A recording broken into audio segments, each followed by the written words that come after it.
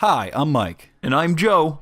And you're listening to How Many Fingers Am I Holding Up? The podcast. And this week, we're reviewing Captain America Civil War. A confusing title for history dads everywhere!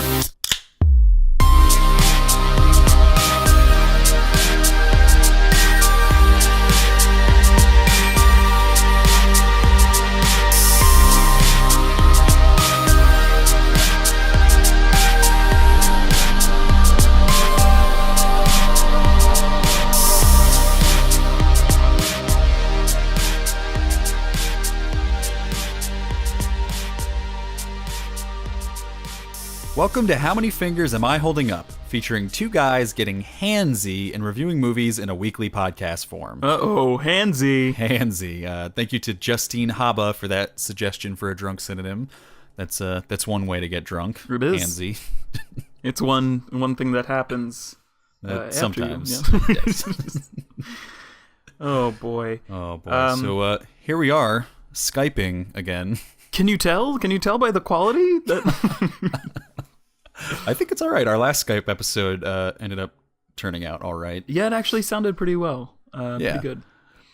But I think we had planned based on scheduling that we were going to Skype this episode in just because we didn't want to go too long before being able to record this episode when it came out, and scheduling got weird with doing the short film that we're working on. Mm-hmm. So we figured we might as well do a Skype episode for this because this is probably one of the biggest movies that's going to come out for some definitely. time. Yeah, absolutely. So we want to get that done. And we if had a whole history plan shows, this will definitely be one of our most listened to episodes. Yes. I don't know why people want to hear us talk about superhero movies, but apparently they do. Yeah. We had this whole plan because I got a whole new audio interface for the podcast. It's big and beautiful. So I was going to send Joe home because he was here last weekend because we wrapped filming for the short film. We did. And we recorded a new batch of episodes, and we got way too drunk, and we're on our friend Nick, or Tumbledore. He's been a guest on the podcast a few times before, on his stream that night. But we had a whole plan where I was going to send him home with my audio interface and a mic so that we could get like better quality for his end of the stuff. And then we even had like a nice new beer picked out that I was going to send him home with so that we didn't have to try and match up on what we were drinking and try to find something that we could find in, liquor stores by me and Dad by him. But we were just way too hungover to function the next day, and he didn't leave with any of the things I was supposed to send him home with. Yeah, I was about to say way too drunk was an understatement for that night. Yeah. Oh my gosh. I can't wait to hear those episodes, but like it wasn't even during those episodes as much as it was afterward. We just something broke inside of us where that night was just like a PSA on like how not to consume alcohol. Right. Like we're just mixing so many things. Like every liquor you could think of was being mixed. During the episodes, we started off drinking wine for Lindsay's episode, which will be out next week, reviewing Everybody Wants Some. And then the episode after that was with Nick, and we drank Arrogant Bastard Ale, which is like a darker craft beer. Heavy stuff, yeah. Great beer, but heavy. Right, so you go from wine to that. I think I had a bunch of Rolling Rock that we were drinking afterwards because we started streaming right after we were done recording. And before we were drinking a bunch of Rolling Rocks. Yeah, so like Rolling Rock to wine to heavy craft beer back to Rolling Rock, and then while we were streaming, someone I guess suggested shots while we were streaming, and I was just drunk enough to think that vodka shots would be a good idea. Ugh. Thank God that stream was deleted. That you can't watch it now because oh my gosh, way too much drinking. Yeah, it got out of hand. Be careful, kids. Don't be like us. Learn from our mistakes. Yeah, you can't mess around with drinking. Yeah, the next day was Mother's Day too, so I had to go home, and my mom, all she wanted for Mother's Day this year was no gifts, just to help her with like work around the house. So I was extremely hungover and just power washing my parents' house the entire next day. Yeah, not the best way to work off a hangover. Not the best way to not that there's any good treat way. Your mom. Happy Mother. Yeah, no, I like woke up. It was like one of those hangovers where you're just like, get me out of here. Oh God. I think I just like left and like I woke up and I was like, oh no. I just gotta get home. And I left in a dash, and I feel like that's why I forgot the beer in the the interface and the microphone. Yeah, it's definitely it's the ugly unseen side of this podcast is sometimes after we batch record a bunch of episodes, the hangover is real the next day. It is. I puked up literally everything in my system. It was awful. I felt much better after that, but would not recommend. So I didn't do that, but I spent the next day in like a coma. The caveat we should probably give more often with this podcast is drink responsibly, kids. It's crucial, which is why I'm already drunk. We're only doing one episode tonight, though, so it's okay. I had like a cafe Americano this morning, which I used to drink like all the time in like college because we had that like university Starbucks where like literally everything was like just cheap, like even by Starbucks standards or whatever. It's literally just hot, like espresso and hot water. Mm-hmm. But like again, there's some things you can't handle after college, and instead of just being like, I have more energy, I'm like, I'm gonna die one day, and my heart's gonna beat out of my chest. So I've already had a few beers to counteract that. Nice, because uppers and downers are it evens out, right? Right. Just find that middle ground, guys. Just keep adding an upper or downer as required until you find just dead even. That's not how Elvis died.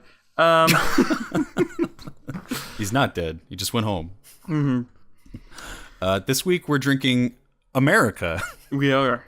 And Mike, is that a typo? No. No, we're drinking America the beer. It's a thing that's king happening. Of beers. Well, technically, I think Joe is. I just have regular Budweiser because I couldn't find the cans by me. Yes. But Budweiser is doing this whole... Because they usually do like a flag can or something like that for the summer, for the whole like Memorial Day weekend. Right. Holiday and July 4th and all that stuff. But they decided to just completely rename the beer America this summer. For the summer. So we figured what an appropriate beer for Captain America, right, Civil War, and also just an easy beer for us to each find in a liquor store, since I forgot to send Joe home with the beer we had picked out. Right. It's just the most universal beer. I think it's America. Naming your beer America is a great way to sell some beers when you have a really shitty beer. So let's open these. It's not great. I drank a few last night while we were playing Rocket League. Yeah, I've already had a few today. I used to not mind Budweiser, and I think it's all right. Like out of the draft at like a cheap bar or like in the bottle. Right. But Budweiser in a can. There are some beers not a fan. that I think taste better in a can. Yeah, I think some of the like real lighter beers, like I think Bud Light is decent in a can. Right. Or at least, even Yuengling, better in a can than I a kind bottle. I kind of prefer I do actually Yuengling really when like, it's kind of skunky. If that makes sense. And there's actually, I mean, they say that in a can actually preserves the flavor better. Right. Which you would think wouldn't be true because of like the aluminum taste, but they say technically the aluminum is really just your mouth touching the aluminum can. Right. Yes. It doesn't actually.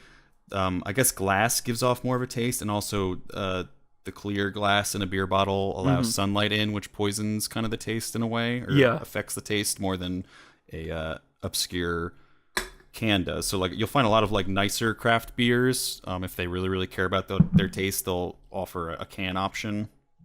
Like I know Harpoon Brewery is all about putting their beers in cans up there. Yeah. In Boston. Same with Sly Fox. They're very pro can, anti bottle. Yeah. And usually I like it, but I think in the can maybe it exposes Budweiser's just shitty, cheap taste. It does. It's not a good beer. It's just it's the king of beers, but it's not a great beer. I mean, like it almost makes sense that it's been renamed America, because it seems like literally what like the characters from like King of the Hill are drinking. Like, you know, like oh yeah, it's iconic, like, right, in every sense of the word. Yeah, but it's also like when people talk about like American beer, that they don't have good things to say, and it's because they're thinking of like Budweiser, exactly, and, like, beers like that, or they're thinking about like Michelob, like Ultralight, or like just like the ridiculous beers that we have in America. All right. So I'll get into the IMDb description. Political interference in the Avengers' activities causes a rift between former allies, Captain America and Iron Man. Nice. That's a very simple way to put it for a very... My God, there are so many plot points in this movie. So many plot points, so many characters, so many things. It's crazy. And before we get into it, you know what? If you have Joe notes... Yeah, well, Which now are they're now mic mic notes. notes. They're mic notes if I'm saying them. No, I've copyrighted it, Mike. So Okay. you Well, then can. I Yeah, can't use Joe Notes then if it's copyrighted. I'll allow you to use it. Oh, You know what? Just go on. This joke has died in the water. I think it's just best for us to move on. All right. So, Civil War was co-directed by Anthony and Joe Russo, who are brothers. And they are brothers who apparently direct and co-direct a lot of movies together. They previously co-directed Captain America, The Winter Soldier, You, Me, and Dupree, Welcome to Collinwood, and their feature-length debut, Pieces, which they financed with student loans and credit cards. So let's talk about risking it all. Yeah, it pays off to risk your financial future, kids. Yes, Remember completely. God, I can't imagine the credit card bill for that. But they've also done a lot of work in TV, including Arrested Development, Community, Happy Endings, and the increasingly poor decisions of Todd Margaret, as well as a million other failed pilots and single-season shows that failed to get renewed. Like, seriously, just look at their IMDb. It's just TV show, TV show, TV show, and a lot of pilots that just didn't get picked up. Oh, definitely. Yet they keep getting work. I hated everything they did on Community, honestly. I thought it was, like, really... I don't know. The episode specifically they did, or didn't they like take over Community for a season? Like after Dan Harmon was I fired? thought you didn't have any Joe Notes. No, this is just something that I think that I have in my brain, and I might be mistaking them with another pair of brothers. But that seems really. Well, I know they did do a lot of directing on Community. I'm pretty sure they like took over, or I don't know. It might have been somebody else. Anyway, go on. You could be right. I just didn't find it. I have no But idea. they did win an Emmy for directing the pilot episode of Arrested Development. Oh, okay. Yeah. So I think that's kind of where a lot of their TV work came from. Because That's I think that was their first TV job, because they did their feature debut, Pieces, which I guess George Clooney and a bunch of other people saw, and they hired them they wanted to produce their next movie, Welcome to Collinwood, and then I think Ron Howard ended up seeing that and got them to direct the pilot for Arrested Development, and then they got a lot of TV jobs since there.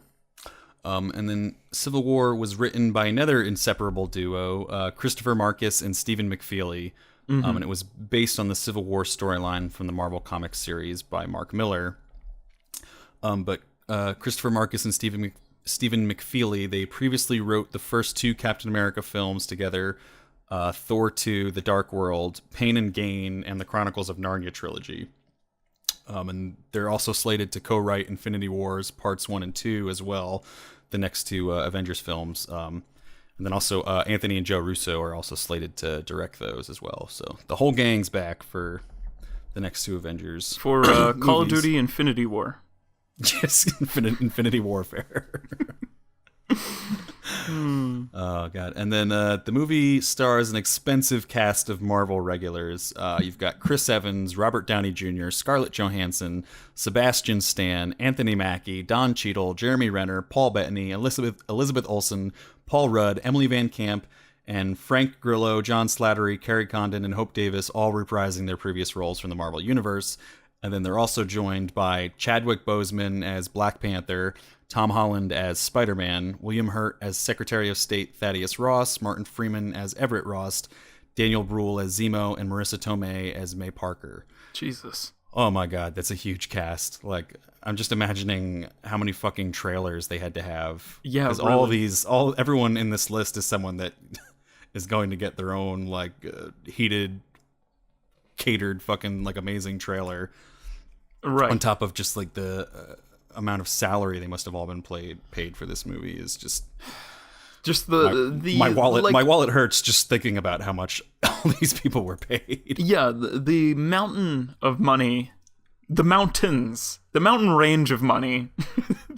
Like half of went these people, into this half of these film. people would be first billed in like any other movie and would be like the star of like any other movie. Right. Like Paul Rudd, he can sell a movie by himself. Scarlett Johansson, Robert Downey, Chris Evans, they all sell movies by themselves. Even Jeremy Renner could sell a movie by himself. Right. All these people are just so much money. But it made a lot of money, so that's all right. Civil War had the 5th best opening weekend of all time with over 179 million. It was behind Star Wars: The Force Awakens, Jurassic World, The Avengers, and Avengers: Age of Ultron, which also makes it the 3rd best opening weekend for a superhero film, Marvel or otherwise. Oh, wow. As of May 15th, 2016, Captain America: Civil War has grossed 295.9 million in North America and 645 million in other territories for a worldwide total of 940.9 million. So getting close to that billion mark for gross. By May 10th, 2016, the film had grossed 737.8 million, surpassing the entire theatrical gross of its predecessor, Captain America: The Winter Soldier. So, baby's making some money. Nice. As far as reception, Rotten Tomatoes gave Civil War a 90% approval rating with an average rating of 7.6 out of 10 based on 296 reviews. The website's critical consensus reads, Captain America: Civil War begins the next wave of Marvel movies with an action-packed superhero blockbuster boasting a decidedly non-cartoonish plot and the courage to explore thought-provoking themes. We'll obviously get into whether or not that's a true statement from our point of view. Mm-hmm. And then the only other note I sort of had was about this kind of weird thing where I don't think I'm spoiling anything since they had it in the goddamn trailer, but Spider-Man is obviously in this movie. But Spider-Man's not owned by the Marvel Cinematic Universe, despite being a Marvel character. He's owned by Sony because of a picture deal that had been bought a while ago. And there's some weird thing where they ended up, I think like the contract was expiring, and that's why they ended up remaking or rebooting Spider-Man so soon after the Tobey Maguire trilogy, and they made the 2 Andrew Garfield ones. But then obviously Marvel Cinematic Universe wanted to include him in this, so they had to have this whole contract thing. So in December 2014, following the hacking of Sony Pictures computers, both Sony and Marvel were revealed to have had discussions about allowing Spider-Man to appear in the 2016 Marvel Cinematic Universe film Captain America: Civil War, while having control of the film rights remained with Sony. However, talks between the studios then broke down. Instead, Sony had considered having Sam Raimi return to direct a new trilogy, which, like, why? Like, why have Sam Raimi do a whole new Spider-Man trilogy? But anyway, however, it's Sam Raimi. Sam Raimi. I think you said it in the Jungle Book. You said Sam Raimi, and it bugged me. Raimi. I'm sorry. I've never heard anyone say it before. People don't talk about Sam enough. They do. He's a good man.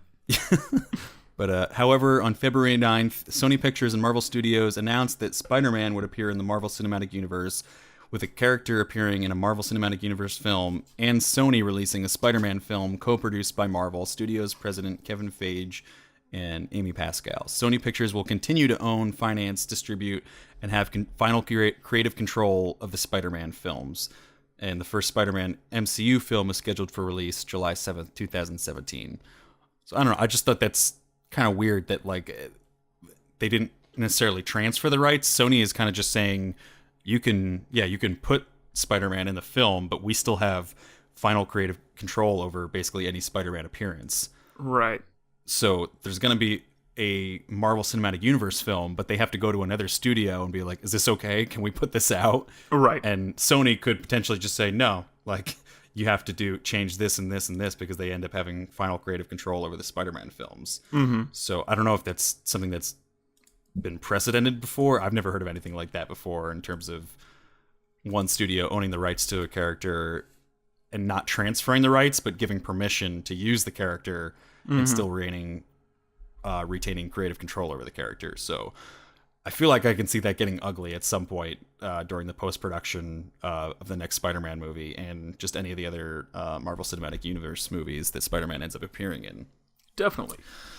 So, but that's all my mic notes. Man, those were some mic notes. That was some mic notes. That was hefty. I learned a lot. I take but my I- boys to school. I'm sorry, what? I take my boys to school. You did. You took us all to school. Just everyone hopped on the Mike school bus, and we all got a ride.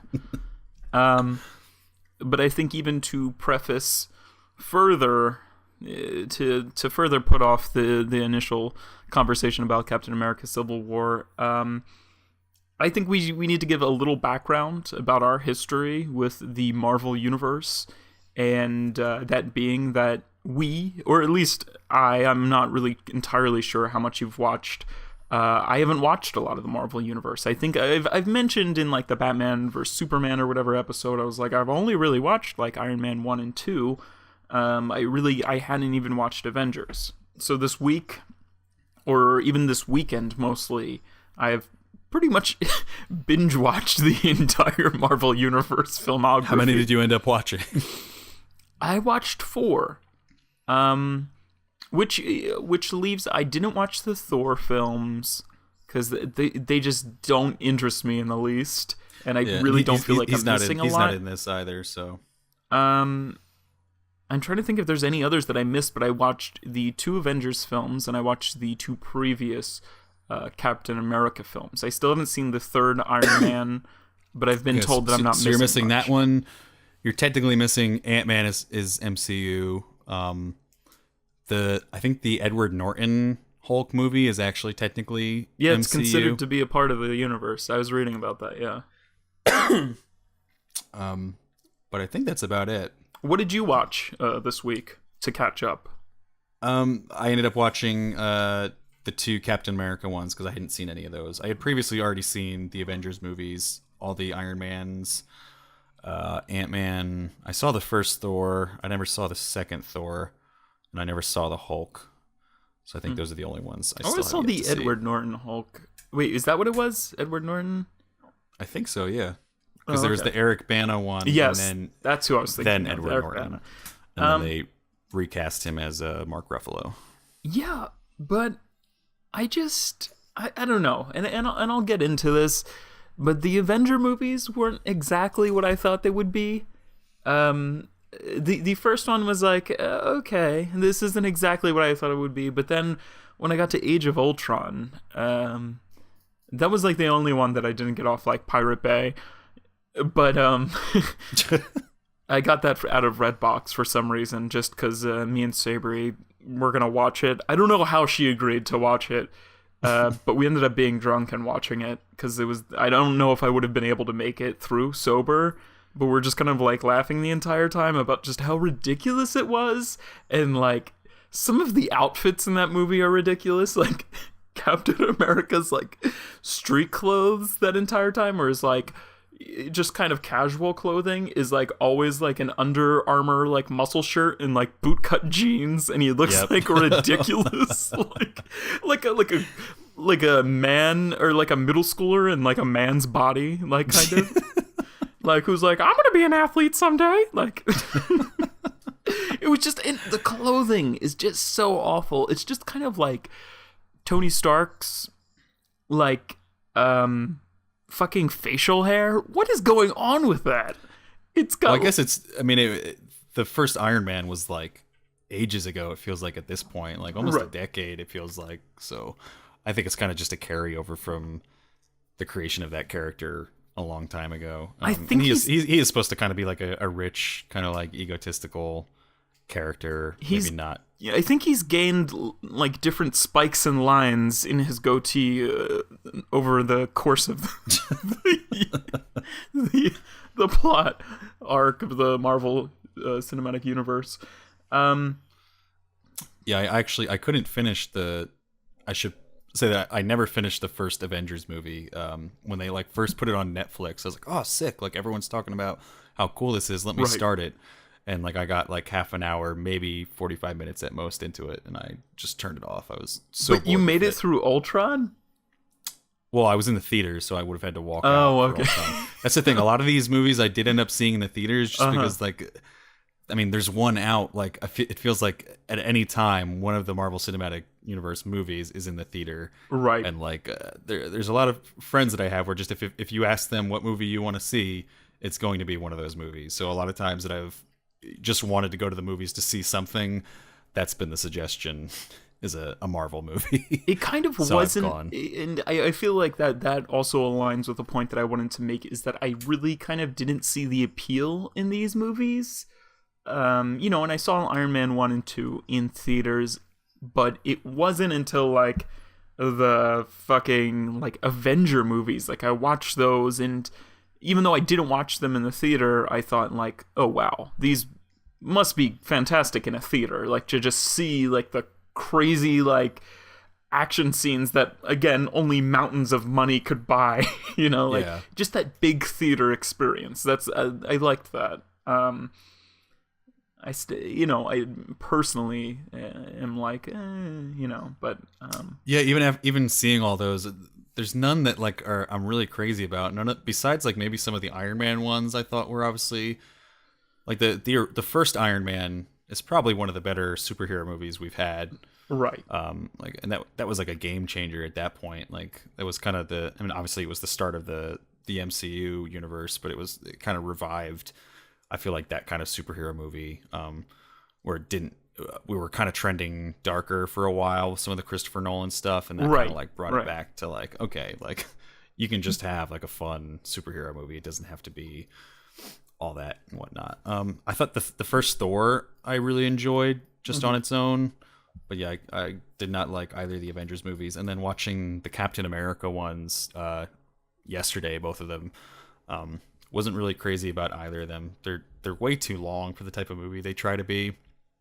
Like especially the first one, trying to be like a setup movie for a character. right. It just keeps dragging and dragging, and there's like a few times where I thought it was going to end, and it was like, oh no, there's still this whole other plot line that they're going to try and resolve after that.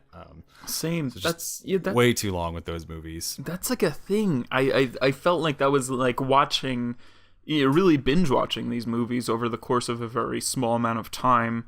The Marvel universe has a terrible problem with pacing. They still don't have it, even with this new movie. Yeah. I was like, geez, like, have they not learned their lesson? It got better. It's definitely. I mean, I actually really liked Winter Soldier. I kind of saw why everyone's like, oh, it's actually a really good movie. I wouldn't go that far.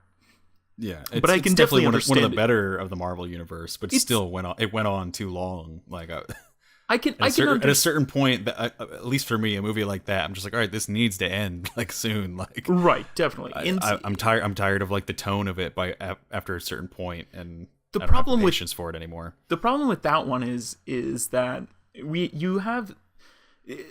I think what's really interesting, again, watching in such a short amount of time, is that the Marvel universe they kind of have this array of films where, I mean, I've never seen Ant-Man, but I can imagine it's goofy. It's like a kind of funny heist movie, and then there's Ant-Man was garbage. what was that? I really wanted to like Ant-Man, but it was complete garbage. Oh yeah, I can imagine. There's some people that definitely appreciate it, but from my official point of view, it's absolute garbage. But then there's like the Avengers, which is full just kind of schlocky kind of superhero action, and then there's Winter Soldier, which is kind of Jason Bourne-esque. Is like, I kind of got that, but like, so that's why I can understand why people are like, it's the better movie, because it's kind of a smarter, and it's kind of a more it steps out of that just all out action role, and it's more of like almost like an espionage film. Like they're on the run, like Right. They're hiding from whoever. And But the problem is they want to do a Jason Bourne film, but they use like a superhero length of a movie, so it does. It drags. It just, I don't know. But yeah, I mean, like right into this one, they got a little better with the pacing issues, but there's still major pacing issues. There was definitely tonal issues, and I'm talking about Captain America: Civil War. It just like, I'm just gonna jump right into it, but I feel like the whole movie shifted when they got to like that airport or plane yard, whatever you call it. I think it was literally just an airport, yeah, because they were talking about evacuating it. Right, and it was just kind of, I don't know.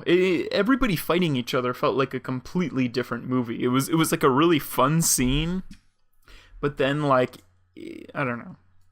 Well, yeah, I mean, the note I had is that it's just kind of like way too lighthearted for what's actually going on in that Right. scene. Like there's just like every character has like 4 or 5 different punchlines throughout like the entire thing. It's just joke after joke after joke. Mm-hmm. And because of that, you never really feel like the characters are in any like real danger. Right. Yeah. Even though it's supposed to be this like all out like death brawl between like the most powerful like superheroes in the universe. Like it's kind of just like they're just kind of like play fighting and like wrestling and like joking around. Like Right. Yeah. There's just it's the tonal issues. It's like the just like it's again. I like that it's not outright fucking ridiculously like moody and brooding like Batman vs Superman, but it's definitely has like this very steep shift from like Spider-Man bouncing around being like, does anyone else here watch iCarly, to like to like Don Cheadle getting paralyzed. Like, you know, Yeah. it's just like that happens. Those happen within minutes of each other, and it's like what? I mean, the entire film is kind of like that. Like it because it doesn't start off like lighthearted really, or even like a typical like action movie. Like they have that flashback to like 1991 Serbia, and like even from like the text that is like the informational text, like in terms of like locations and time period, like it's just different from like other movies. Like it's overlaid right on top. It's I in was like gonna say. it's in like a large clean font, which is like more akin to like an indie movie than like an Yep. action movie. Like in an action movie, it would have been like a fake typewriter sound and like the Right. letters appearing like letter by letter on the bottom of the screen and like a typewriter font. Like Or just use the same text, like the military text in the bottom right corner, very uniform, like you did in the last two Captain Americas, or maybe it was just the last one, but keep some sort of consistency. It was the most ridiculous. There's some specific like Away We Go, I think did like this looked like Away We Go. It'd be like now we're in now we're in like this state. I don't even really remember the premise of that, but it was like I used this criticism for another film. I can't remember exactly, but that exact text is like they use that in like Tiny Furniture, like, you know, like the Lena Dunham film. Like it's Yeah. just like, why are we using this in an Avengers film? But it was just I mean, very bizarre. I do like the aesthetic of it, but I Right. don't know that it fits in a movie like this. No, yeah, it's And it it's definitely a doesn't fit- consistency, and It doesn't fit the tone that we end up getting. Yeah. Tonal or issues, one of the multiple tones that we end up getting later. And then like immediately right after that, it kind of goes back into just being a typical action movie because we find ourselves in a warm-toned foreign country with plenty of street vendor carts to be pushed over during the inevitable chase. Like, why does every action movie open in a foreign country during the day, like warm tones, and there's like a chase scene where they just push over like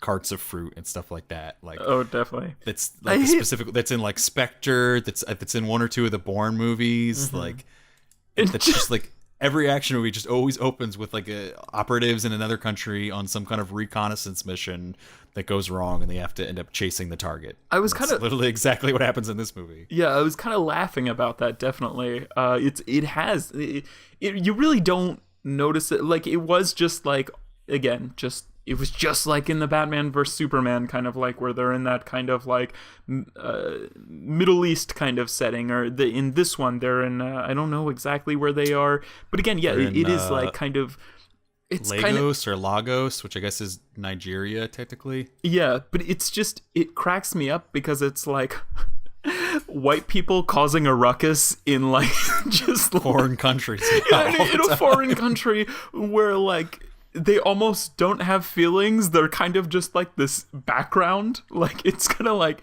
there goes my entire business you just knocked Yeah, over. you just knocked my fresh produce on the ground. Can't sell that now.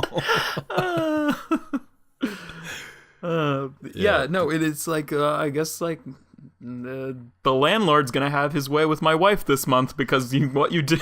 Like, Oh, the unseen consequences of the Avengers actions. right, yeah. There was a I forget where I was going with this. I I was gonna say that I do like, because in that whole scene, it's the Avengers. I guess they're tracking down this Crossbones character, Right. and they're trying to stop him from stealing a biological weapon.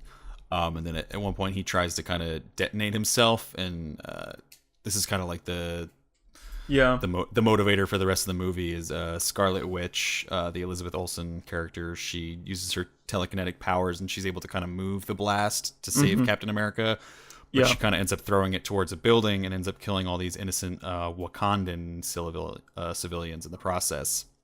Yeah. It was the guy. I did like that scene in and of itself, just because I feel like we've seen a lot of, like, especially with like Batman versus Superman, and they even went into it in Age of Ultron a little bit, just about like the consequences of these major battles that you fight and like whatnot. Definitely right. But this kind of like showed it immediately in the moment rather than right after the fact, like right in her face right away. You see kind of like the regret for her actions. She's trying to, kind of cover her face. And then even in Captain America or Steve Rogers' voice, when he's like on the radio, like, we need help, we need paramedics and whatnot. Like, Right.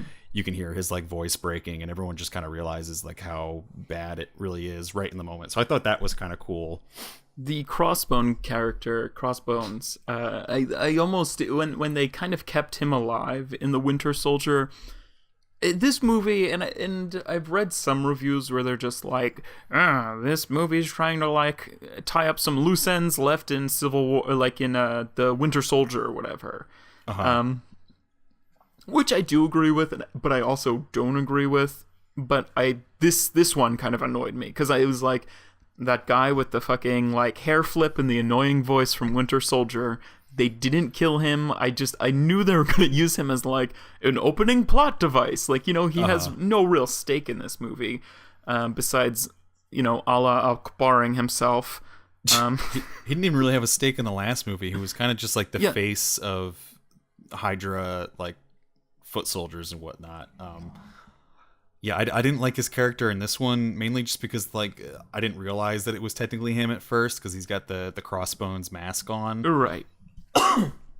which just like that mask and that like whole like imposing figure like does not fit with the voice of that actual like actor and the character that he created from the previous Captain America. Or like, how does 'Cause he's he kinda get got this, like, henchmen, he's like got- after they already killed like everybody that he knows? Like, Yeah, but he's got this kind of like urban, like Brooklyn almost kind of like accent, and he's just using like weird phrases for a character. Like, it's just not intimidating at all, because he's kind of got like a high pitched voice, Right. and then he'll literally just be like, "You son of a bitch!" Like, Yeah, I really, his voice really bothers me, and just the lines It's they obviously gave him, intentional to kind there of was build. Like, there was just this nothing intimidating about unknown- what could have been a pretty intimidating character. Like, visually he looks intimidating, but then he's just got this voice like, "You son of a bitch." Right. But the Elizabeth Olsen thing, I kind of don't like that it was like, oh, it was just like an honest mistake. I almost wish it was more, or I almost wish it was less kind of cut and dry. Like a kind of like, it wasn't her fault. Like, I wish it was like, where like somebody had evidence, like the UN had evidence that the Avengers were sort of being like more reckless than they needed to be, like a judgment call gone wrong, maybe just some sort of just negligence involved. But instead, this was just kind of like she lost control, I guess, of the explosion. Yeah, I think she just wasn't careful enough about where she was kind of setting it. I think it also has to do with like the other Avengers are kind of like, they're a little more grounded in reality in terms of like, Tony Stark is powerful, but he's using, just technology. Steve Rogers, Captain America, he's kind of just a super soldier. I wish they She had... and she and Vision are kind of like the first characters that are like distinctly kind of like otherworldly in their powers, in terms of like just the things she can do with like telekinesis. And I think they even allude to that later in the scene with her and Vision, where he's saying like, I don't think anybody doesn't like you, but I think they are just inherently afraid of you. Right. And I think and they show like how incredibly powerful she is in this movie. Like in that scene later on when Hawkeye, is that the Jeremy Renner character? Mm-hmm. When he comes to kind of bust her out from that scene, and she literally sends Vision like almost down to like the core of the earth, like with her telekinesis. Like, Right. she's obviously incredibly powerful, which I don't know if that's something that is supposed to play a bigger part in a later plot line, because they didn't totally utilize it in this movie as much as just kind of showing it. But I think it's supposed to be partially that, where it's people are definitely very scared of the powers that these superheroes and vigilantes are starting to display. You know, where it's not just, you know, people that are good at fighting, you know, with good intentions. It's people with actual like destructive powers now. Right. And that's what they see in that situation with her kind of displacing the blast. I remember in because I read some of the Civil War comic books. I think I read it more in the graphic novel form. But I think like I'm pretty sure, if I remember right, because it's been those came out like a little while ago, like maybe like a decade almost ago. It was definitely like when I was in high school. I think 2006 it started. Yeah, then I was still in high school, but I think that wasn't exactly. This is very far from that plot, from my memory. Yeah, I can imagine. But the original thing that happens, and I wouldn't want them to use this in the film, but the original thing that happens, I think they're like facing off against some supervillain who is like always exploding, and they're fighting him, and what they end up doing is like punching him in the middle of like a schoolyard, and like 300 children die. Or it's like something ridiculous like that, and like I'm glad this is a more grounded situation. And it's not But, as, I mean, that would have almost made more sense. Like, this was kind of like, it wasn't like that many people died. It was just 13 Wakandan humanitarian workers, I think they called them.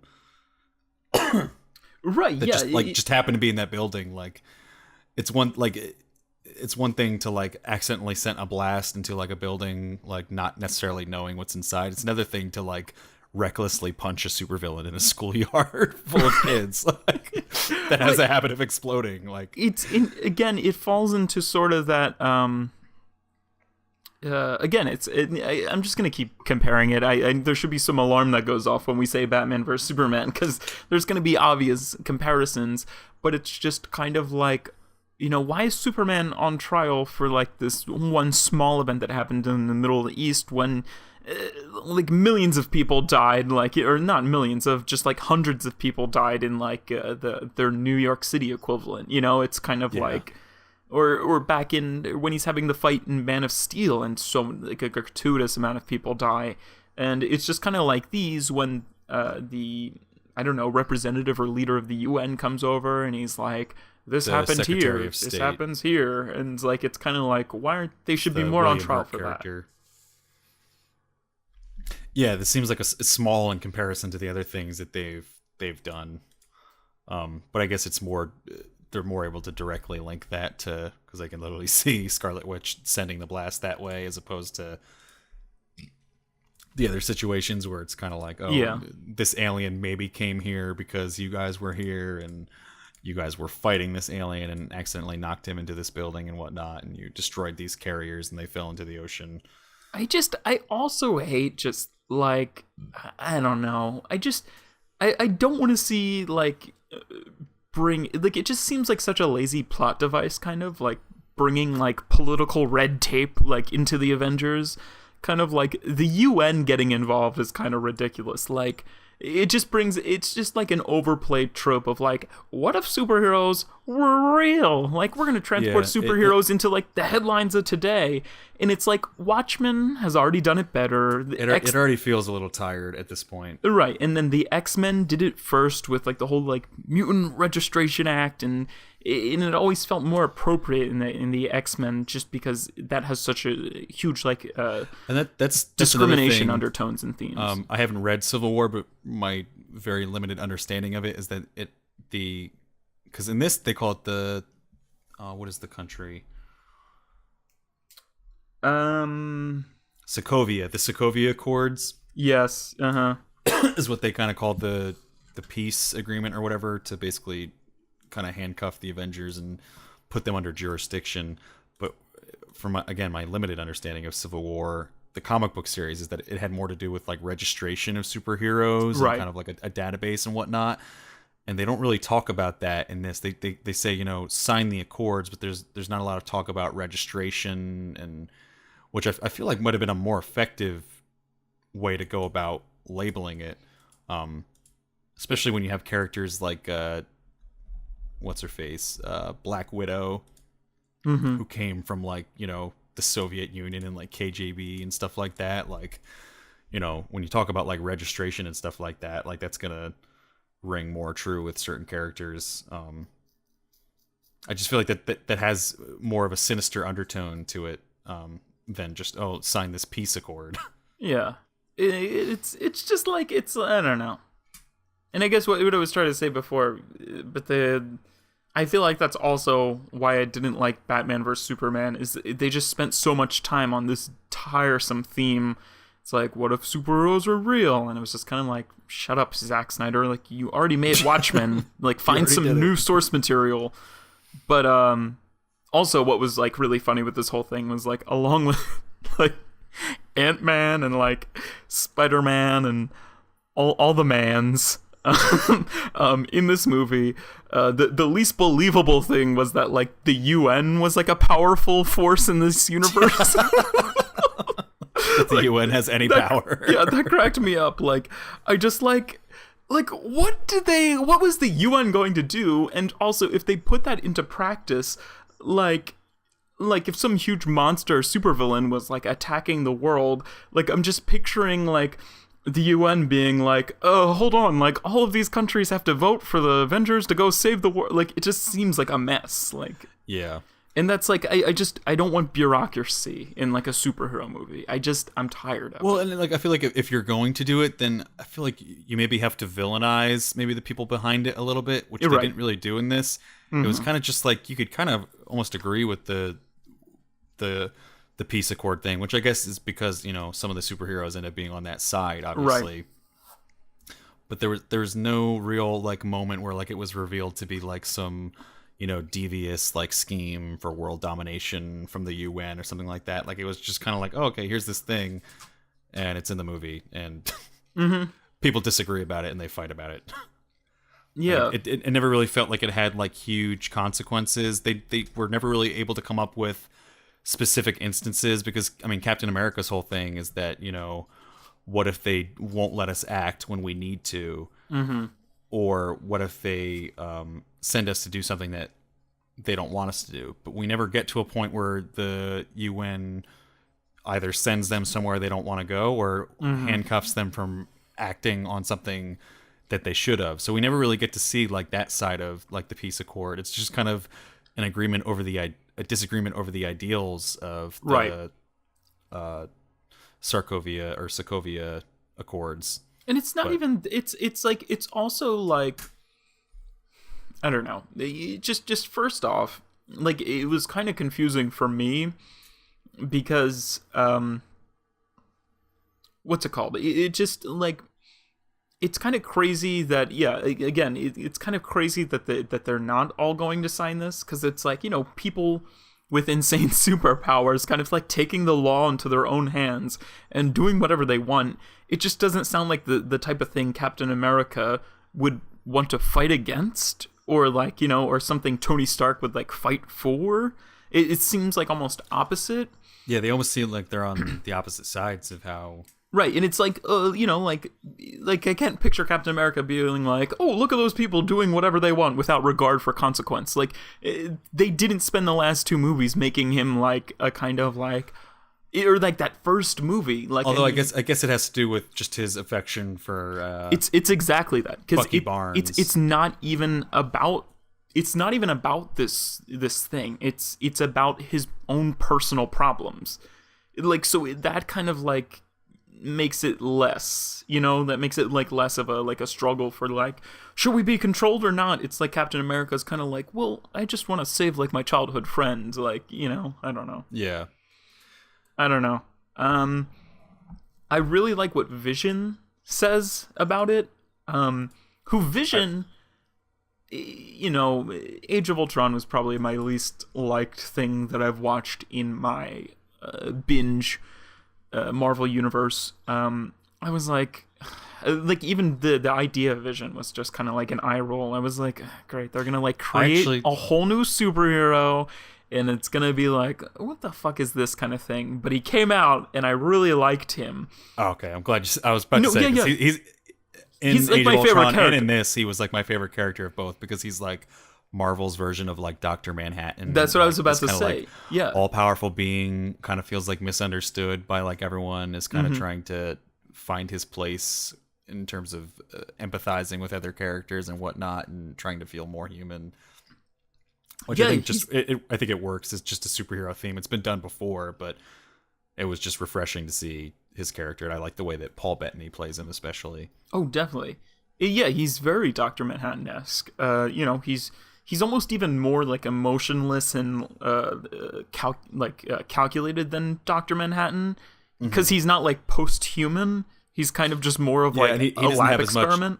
he doesn't have as much infinite power as Dr. Manhattan had, Right. where like Dr. Manhattan, he could understand human emotions, but he was able to see the bigger picture. Right. So he seemed kind of emotionless and unempathetic because he was, doing things that hurt people because he saw the greater good kind of in his actions. Whereas this guy is a little more grounded in the present in terms of, he's not seeing the future. He's not seeing, every single nut and bolt of like a tank engine and stuff like that. Right. But he does have a lot of insight. I think what I was going to get to was that when Tony Stark, he says something about like, oh, when, Tony Stark became Iron Man in 2008 or whatever, there were no like real problems kind of, and things have just gotten like worse and worse.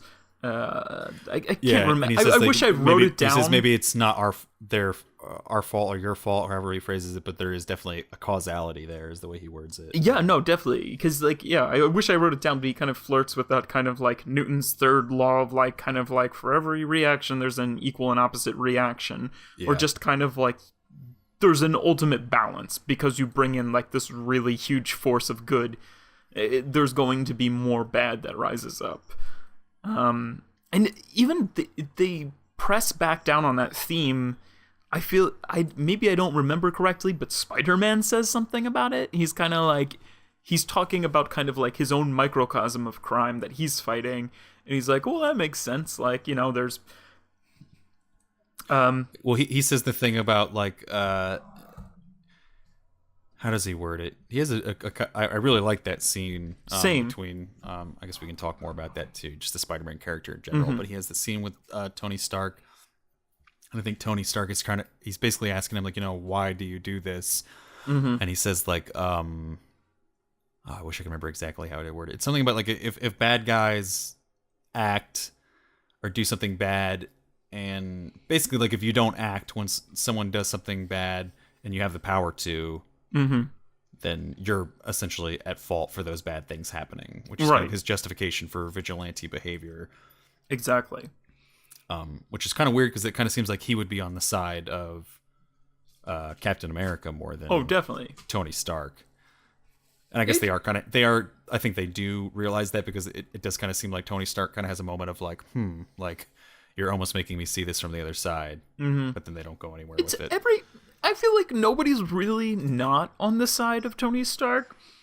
It's like, at some point, I was just kind of like, I think especially when Jeremy Renner or Hawkeye or whatever comes into it, who was a fucking family and like is kind of out of the game, kind of like comes back in for like no real reason. And I started to think like, why is everyone like throwing away their lives to help Captain America?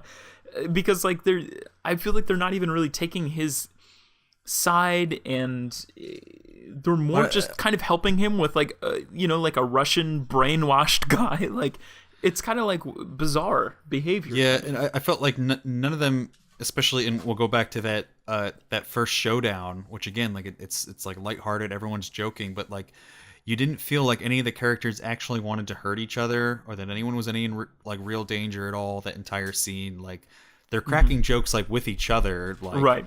there's even the one scene where Hawkeye and Black Widow are fighting, and Scarlet Witch steps in and sends like a blast of something at Black Widow, and is like, says to Hawkeye, "You were pulling your punches." Like, Right.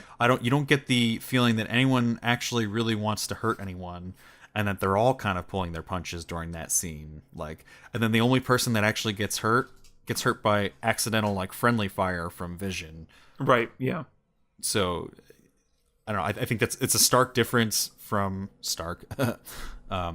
to Batman versus Superman, where again you have many complaints with Batman versus Superman, but in that movie it's very clear that those characters want to kill each other, and I think they do a good job of explaining why they would want to kill each other, or at least helping you understand that in the very least that they do want to kill each other. Whereas in this, you hardly understand why they would want to fight each other to begin with, and then you definitely don't get the feeling that they actually want to do any real harm to each other. So when they have that entire showdown, which could have been a much cooler scene because it's so lighthearted, because you don't feel that the characters actually want to hurt each other, it doesn't really feel like there's any stakes. Like, you know that no one's going to actually die in that scene. No one's even going to get like seriously hurt besides the one guy who gets hurt by accidental friendly fire. Like, it just kind of ruined that scene for me to not have any real stakes in what could have been like a really cool, like, epic showdown. But it was kind of, and it just being more of a vessel for punchlines and opportunities for us to see characters in new lights in terms of, you know, them fighting each other. See, my opinion of that whole thing is that it really comes down to, like, even at the most serious, where it's Iron Man fighting Captain America and Bucky, and they're really going at it, and that scene was decidedly darker than the first showdown. But he rips off Tony Stark has his helmet off or whatever, and he's down. He's kind of like down for the count, and Captain America raises the shield, and he kind of hints that, like, he has the opportunity to essentially behead Tony Stark. This is at, like, the end when they're fighting, and instead he just hits him in the chest, which kind of decreases his power or ability to go after them. And I think that's also the case in the fight with all of them in the at the airport, because it's really just one side trying to stop the other, and one side trying to create a diversion for two of the others to get away. I don't necessarily think it's anybody's like, we came here to kill you kind of like thing. It's a very different premise than Batman versus Superman. It's kind of like, it's essentially just like a big cops and robbers game. Like, yeah, I think it makes it harder to care about that scene though. Right. In that light, in terms of just like, I don't know. Not that I necessarily want these superhero characters to die, but I guess I want to feel like they maybe could die if they're going to fight each other. Like, what's the point in watching, these epic superheroes fight each other if they're not going to do any real damage to each other? If there's no real stakes. And that's why I don't understand. I just, like, they almost went too soft. I don't know why they didn't kill Don Cheadle. Does anyone really need to see him in another Avengers movie? Right, he kind of like, I can't even tell you what his character's name is. I want to say it's like War Machine or something. Yeah, I think it is. Positive. But it's just, he every time he shows up in like a movie, I'm just kind of like, oh, I guess he's in these movies too. Kind of. Oh, that's the guy that used to be Terrence. What's his name? He looks so old too in this new movie. He is looking older. And again, in the Civil War comics, Captain America dies, so I was kind of bracing myself for that, and that never happened. Mm-hmm. I did like that second showdown though, with Captain America, Iron Man, and Bucky, the Winter Soldier, Bucky. Yeah, because even just in visually, it was a lot definitely. darker. Like the first scene is like in like the airport in like the middle of the day, like very, very bright, and like just not even a lot of contrast in the scene. The second one is in that kind of I guess it's in Siberia, that Siberian fortress type thing where they had found the other Winter Soldiers. but like they even establish within that scene that Tony Stark, Iron Man, intends to kill Bucky. Uh-huh. So the stakes are already raised. And then it also like it shows Captain America in a whole new light, which I kind of liked. Right. Because like I feel like we can imagine Tony Stark, and we obviously do imagine him because of how he says it, killing someone. But Captain America, it's kind of hard to imagine. Right. But then, like, before that scene that you're talking about, where he's kind of raising the shield, like he's like literally beating the shit out of Tony Stark. Oh, like, definitely. Right. With this shield made of like vibranium, which worst name for a material since the Avatar unobtainium or whatever it was called. But it's like incredibly powerful shield, and he's just beating the shit out of Tony Stark with it, like doing some real damage. Mm-hmm. And you can even like see in his face, like he's just like he's got absolute like bloodthirst on his face. His teeth are like clenched and ready. Yeah. Which I liked. I think that's a nice turn for definitely. the character, because I got a little bored of seeing him be the good guy in the movie. I'm glad at that point that opening scene had a large importance. Because I just thought right off the bat, it's that first scene, and they read the code words for the Winter Soldier Bucky to go complete a mission or operative or what have you, and he's just kind of like, like I drove this car off the road and then I took something out of like the trunk, and I was like, what a lame opening sequence. Like there was like, again, for a film that has mountains of money, like that was a really uneventful, like, this better be good.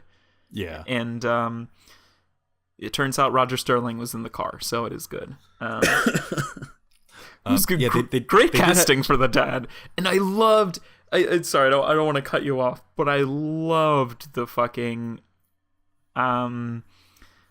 when Tony Stark is doing like that MIT Tony Stark celebration, which would never happen in real life. I was just about to go back to that and tear it to shreds. Oh, really? I loved that scene. I thought that was like really I thought that was a really clever way to have exposition without being like him thinking of that and then someone being like, Tony, are you paying attention? Like he's kind of like, oh yeah, I was just thinking about my childhood. Like which is I think any other like dumb movie would do. I don't know that I have a better alternative for it, but that seemed like a little too far fetched for me. Like it was because in all these movies it's always like, oh, Tony Stark he can make anything he wants and he can buy anything he wants. Like he's just got unlimited intelligence and resources, and like to the fact where he's literally creating like something that can visually project his own thoughts and memories.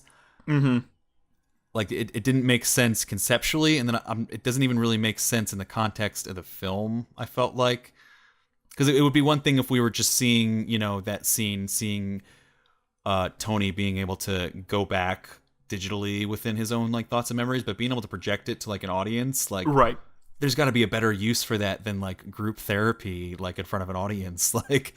To be able to project someone's like literal thoughts, like I think that was just too far fetched for me. That was like his literal argument, though, is that he said like, I hate to like project like my own therapy like on stage, but so and so, that's why I'm giving you guys all of a grant. But he did say that was why he created it, was to do some sort of therapy, right? Although I do have to say that the whatever effects they were able to do to make Robert Downey Jr. look young for that scene. Oh my god, I know. Very convincing. Like that's the kind of shit we saw with what was the movie? Benjamin Button. Right. Yeah. With Brad Pitt, but like way more convincing. That was crazy. I couldn't believe that. Yeah. I don't know. I mean, obviously they have because they were pretty convincing with the whole Steve Rogers in the first two Captain Americas, presenting him as the shorter, crappier version of himself before the super serum. Yeah, that was cool. But yeah, I also like that scene because he does the thing, he does that whatever, and it not only establishes this, which is going to be a conflict, and they really lay it heavy. It's kind of like Captain America's also like, my best gal died, like, and like, my best friend is fucking brainwashed by Russians. But it's also, they're really piling on the other side of the scale, where, Tony Stark is he has this kind of this bad memory of his parents is starting to seep into the storyline, and then it comes up his girlfriend or whatever was supposed to speak after him, and instead he goes like, start like breaking eggs or something, or he says you can't like. Yeah, he doesn't read because he sees her name on the teleprompter. He's supposed to introduce her, and then he ends up saying like just something else. Breaking a few eggs for the greater good, and it kind of was like a line that resonated, like especially since he did it off the cuff, and I really like that they had that like that digital kind of like. Although you'll like it less when you hear this is Mike notes bleeding into later in the podcast. I just remembered I had read this, but the whole reason for that is that her contract had expired. Okay. With Marvel. So they didn't want to have a scene with her in the movie, right? Due to her like contract. So they were just like, well, maybe we can just make Tony seem this more like downtrodden by having him break up with Piper. Right. Simply. So it was kind of like the outside world of the real world, like bleeding into the script in a way.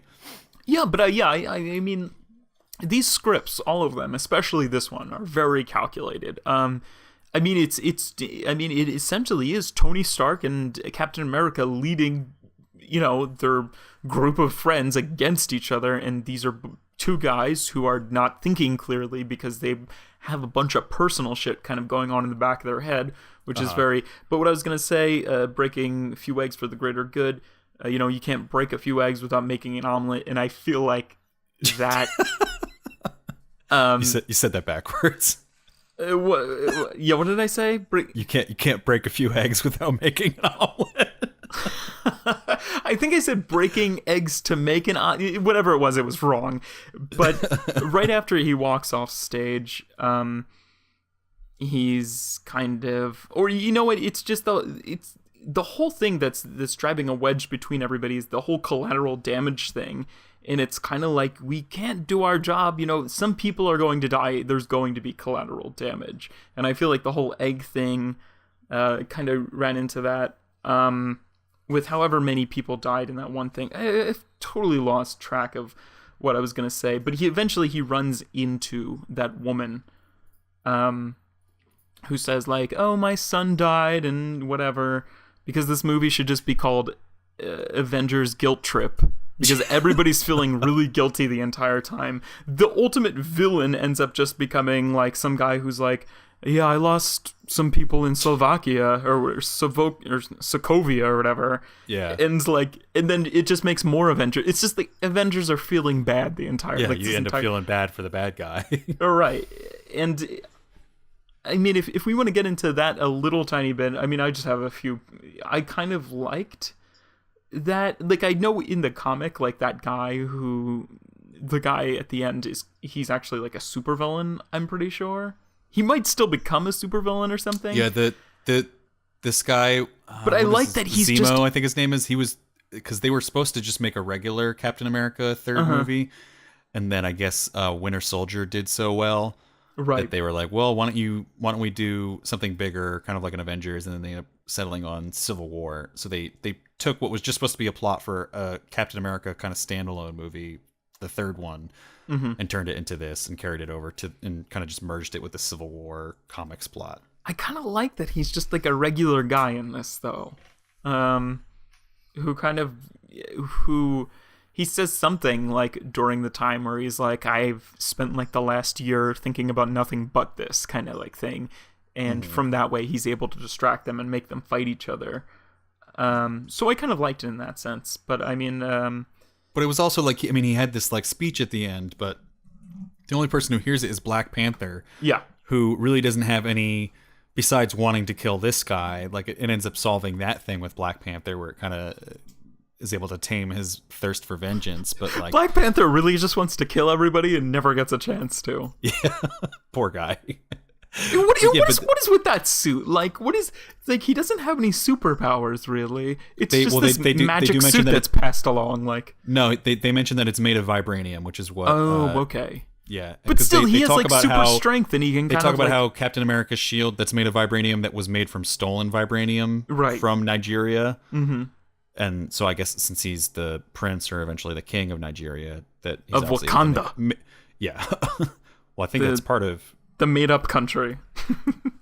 They do say Nigeria though, don't they? I know he's the king of Wakanda, like since his dad died or whatever. Oh, well, wherever it is, yeah. Then the vibranium is supposed to be from there, one of their rare exports or whatnot. So he's able to make a suit out of vibranium. I do want to get more focused since we're going a little longer now. But what were your thoughts on Spider-Man? This new Spider-Man. Well, he's very young, Yeah. which the director said was a intentional choice. They wanted to be more accurate to his age in the comics. But I thought he's not as like wisecracking or confident as kind of Spider-Man is in the comics or even in previous movies. He's kind of just like fast talking as opposed to wisecracking, and he's Right. kind of just like a ball of like anxiety. Like he kind of just like keeps talking and like almost talking himself into corners all the time and saying stuff where he'll be like, "Oh no, sorry." Like it's a very weird take on Spider-Man. I think he's enjoyable overall, nonetheless. He's a lot better than I thought it was going to be. He's I'll kind of just put it that. he's a fresh take on the character because the typical Spider-Man character is kind of just the character that every other character in this movie is. Like every other character in this movie is just wisecracking and confident at all times. Right. So to throw a traditional Spider-Man into this, he would kind of get lost.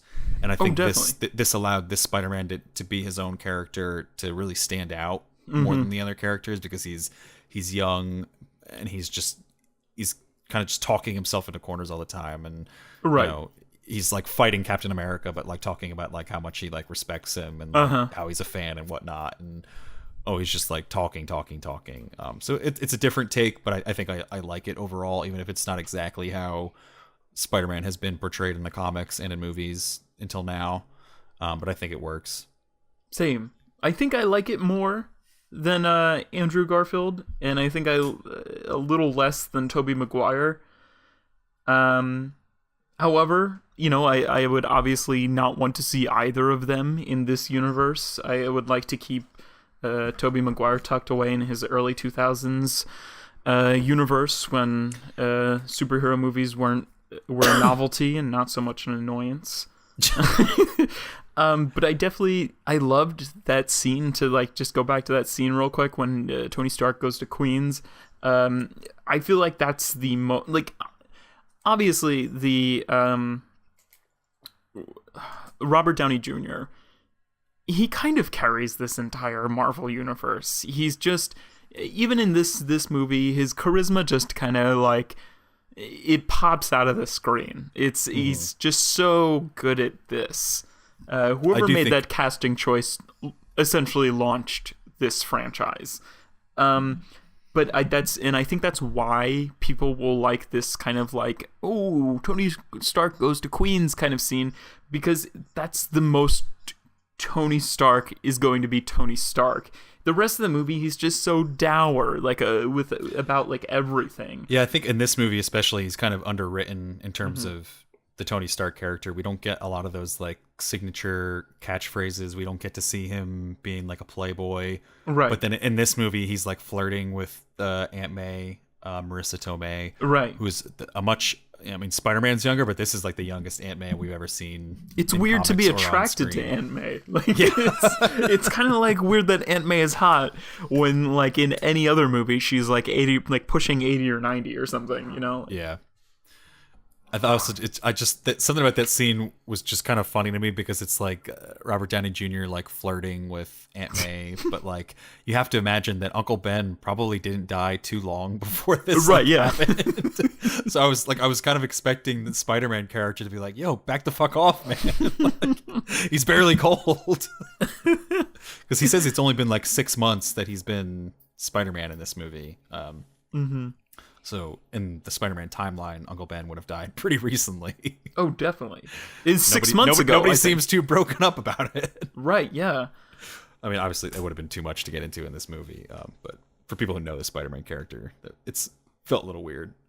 Another thing before I forget it is my favorite thing is like, especially watching all of these like movies in such close like proximity from one another, is like the Avengers like normal people costume. Which is just like a variation of just different baseball hats and like maybe sometimes hoodies or sunglasses. But like there was a point in this movie where there's like Bucky, Captain America, and who's Anthony Mackie's character, or what is his name? Falcon. You know, yeah. Warhawk. But like all three of them, like Captain America's wearing like a blue baseball cap, and then the same exact model of that baseball cap. Like Bucky's wearing like a maroon one, and then like Anthony Mackie's got like a black one on or something. Like they all have like the same like, this is what normal people look like, kind of like, or this is like what it's like to be undercover, is like wear a baseball hat. Like no one recognizes me. Another thing that I thought was kind of weird is the fact that like Captain America, Steve Rogers, whatever, like in the first two Captain America, well, I guess the first one only, he has like a romantic relationship with what's the female in that movie? Something Peggy Carter, I think the character's name is. Okay. The old woman in this, right? Yeah, he has like a semi-romantic relationship with her. Like the whole like thing at the very end of that movie is him talking about having a date with her that he missed because he was frozen in the ice. And then they even, you know, he refers to her after that as like his gal, and like when he goes to visit her in Winter Soldier, they're like not necessarily like really flirting, but like obviously they're hinting at the fact that they used to be romantic at some point. Right. But then in this movie, for no reason, and like they don't even really like bring her back that much, he just makes out with her daughter.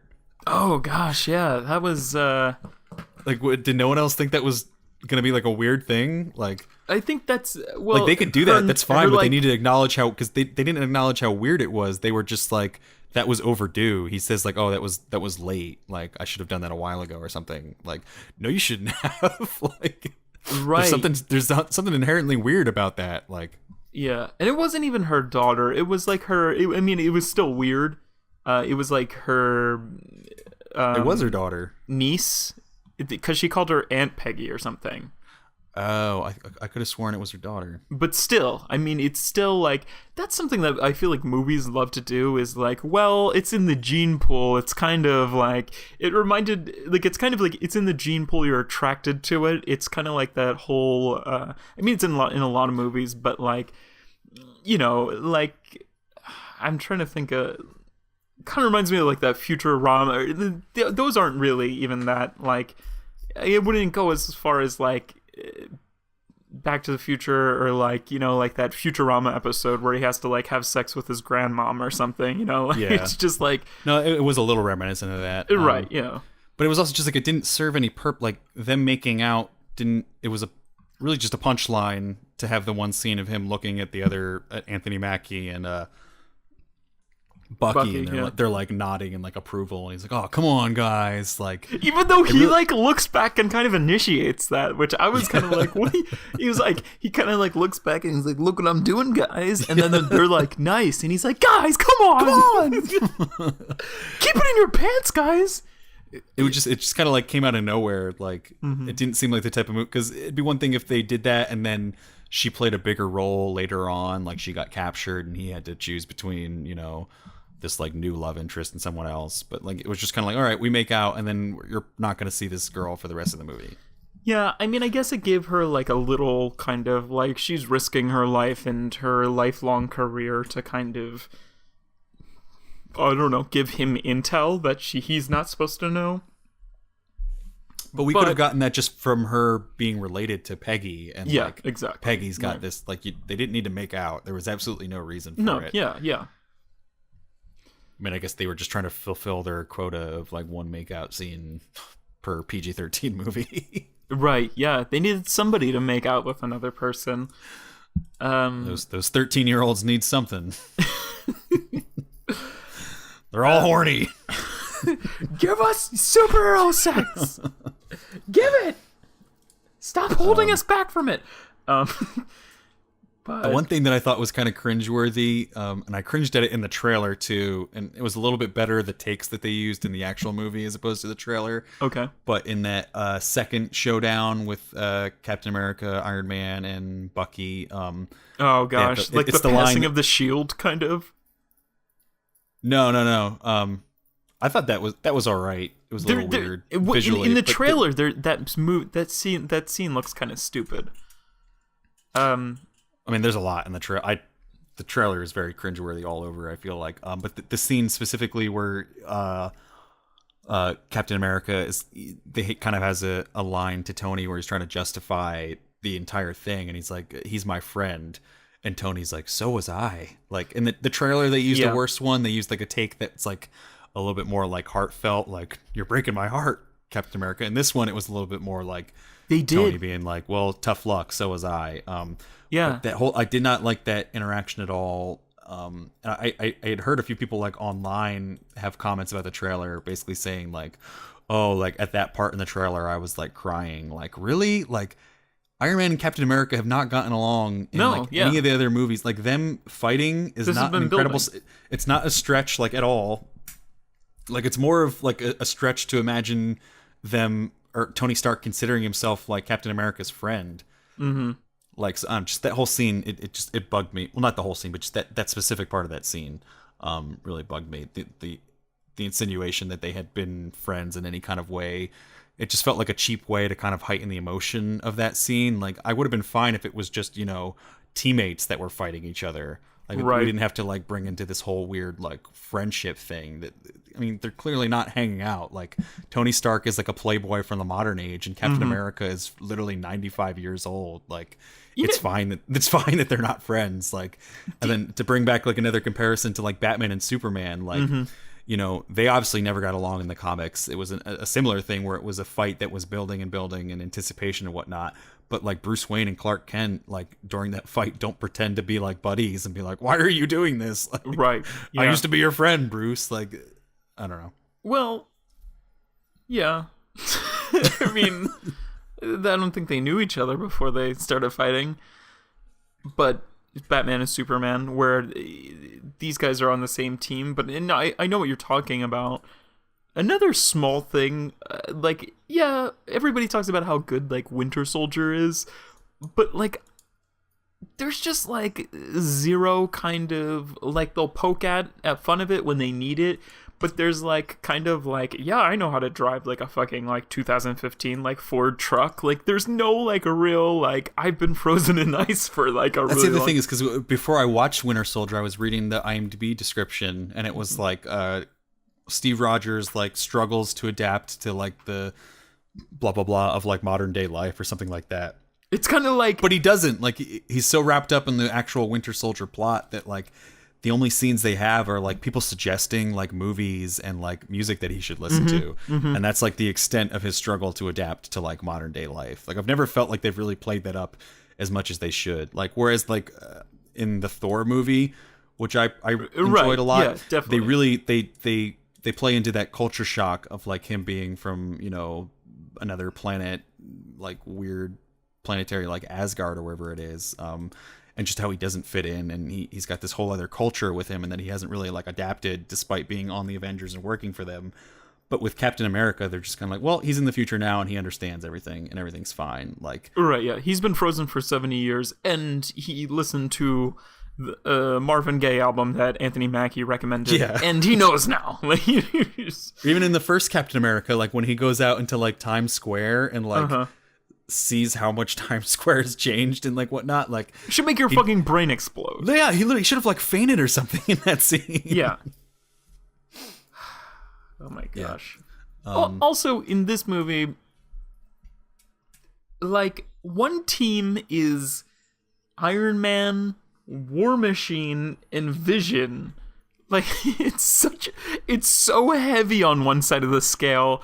Like, why does Tony Stark need to go get, like, a prepubescent boy and put his, like, life at danger? To get Spider-Man in the movie. Yeah, right. It's literally so they can set that shit up. I mean, and I guess they do sort of nod to that, where he's like, "You're done," like after like the Because fight it's where it kind of seems like serious, he's- because he, like, I think he thinks that he's dead or something at some Yeah. point. But yeah, it is, and the only real thing that the other side kind of has in terms of like superpowers is like Ant-Man when he goes like big, which that was eye rolly for me. I mean, every scene that Ant-Man was in was eye rolly for me. Yeah. That was It just very it feels out of place visually because again, he's just like this small little thing like running around. Like, right. It's not very exciting, the fight scenes with him, because it just kind of, it's the same thing every time. Zooms into this close up of him running in like macro vision, and then it zooms out, and people are just getting beat up by an invisible ant. Like it doesn't make for good action. Yeah, in the big version of Ant-Man, I thought was kind of like pissing on the face of like the Dr. Manhattan walking through Vietnam kind of. Yeah. Like, you know, like it was just kind of like, don't do that. Like, don't, I don't know. It just, I mean, I guess that was their way of evening out the sides in terms Right, of yeah. how are they supposed to compete with basically three people with like forms of lasers in terms of the two Iron Man and War Machine, and then Vision. But this movie overall, I think was a little darker than I think anything I watched this weekend. And to some extent, I can come to the defense of that because it's like it feels like the dark sort of middle chapter of the Marvel universe. That's something that I had read. Not that something can have a middle chapter when it goes on fucking forever. But you know, like Spider-Man said, like, have you guys seen that really old movie called Empire Strikes Back? You know, it's kind of like Empire. It feels like that darker middle chapter kind of, you know. Only a little bit darker though. Well, I don't think this universe is gonna get dark. You know, like I think it's the IMDb or the Rotten Tomatoes rather, it said, what is it? Decidedly darker, right? Or decidedly non-cartoonish plot. It's still pretty cartoony. Oh, definitely, but it's dark for the Marvel universe. I think it's the darkest I've seen the Marvel universe. I did like that scene though with the Spider-Man kid saying, "Do you guys remember that really old movie Empire Strikes Back?" And then War Machine ends up saying, "How old is this kid actually?" Like I thought that was a good way of like painting how young that kid is, and it was just a funny scene overall. I enjoyed that. Maybe we want to start getting into some overall opinions and fingers. Definitely. Yeah, I guess I'll go into any sort of opinions I can remember. I don't know. I think to sort of tag on to what I was just saying, I think this kind of has the best of both worlds with between like the Winter Soldier and the Avengers, where it's kind of espionage-esque, but it's also like the whole gang's there. I didn't miss fucking Thor or the Hulk, besides like Mark Ruffalo's like Bruce Banner, which I kind of really liked. But I still didn't miss, like, I wasn't like, hey, where are those guys? Like in Winter Soldier, I was kind of like, this is kind of weird. Like, it's just him and Scarlett Johansson, kind of. Mm-hmm. I was glad that there wasn't a lot of Samuel L. Jackson in it. I just don't like Fury and Nick Fury or whatever. I just don't like that character. I don't know why, but I'm so glad that he wasn't in a lot of this movie. I'm trying to think what else. Just to go, it's something we should have addressed in the very beginning. I mean, we're already past it, but just like the initial division between like these two groups of characters is like the UN wants them to sign this whatever. A UN representative shows up and he kind of like tosses them a book, and it's kind of like, we want you to sign at the bottom of this. I would have really, and I think it would have been game-changing for this movie if, like, somebody like Tony Stark or Don Cheadle or somebody who immediately takes their side would be like, well, this booklet states, like, a really simplified version of, like, too long didn't read, kind of like, we only really have to do this, this, and this if we sign that. And, like, that's where a real division would be set. And I think because, like, you couldn't really sympathize with anybody taking any side, because you didn't know exactly what that book said. Like, besides, yeah, it was a very, very, very large book.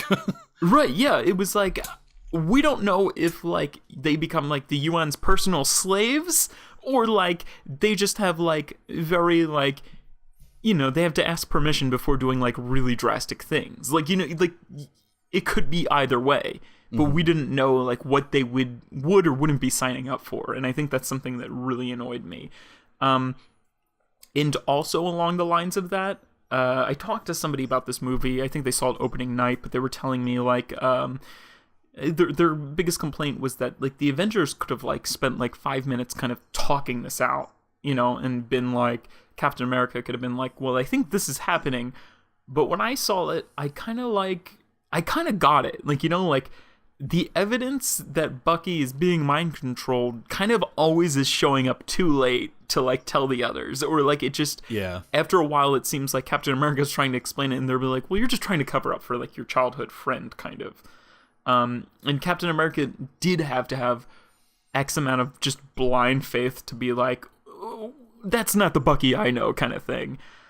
Yeah, I think that's everything besides, I don't know. There's just a bunch of things I was laughing about just even before seeing this movie. Like I saw on like Tumblr, there's like the gift set of like that, you know, famous scene from the trailer where Captain America's like, which is a cool scene in the movie too, where he's literally like holding the helicopter, like he's spread between a skyscraper and a helicopter. Like that scene. What? I did like that scene. Oh yeah, definitely. And he, you know, you get to see like those fucking huge ripped, like, what's his name, Chris Evans muscles. Chris Evans.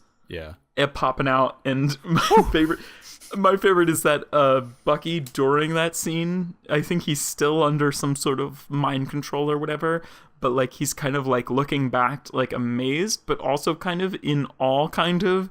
And Tumblr has like took that gif and they put like different like font, like different like Comic Sans like reactions, like, oh my god, daddy, or something. Of course. Oh, too hot.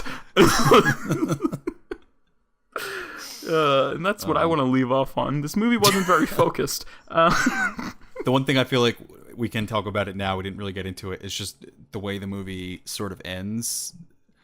Like there's not really any real resolution to the fight that starts or the plot in general.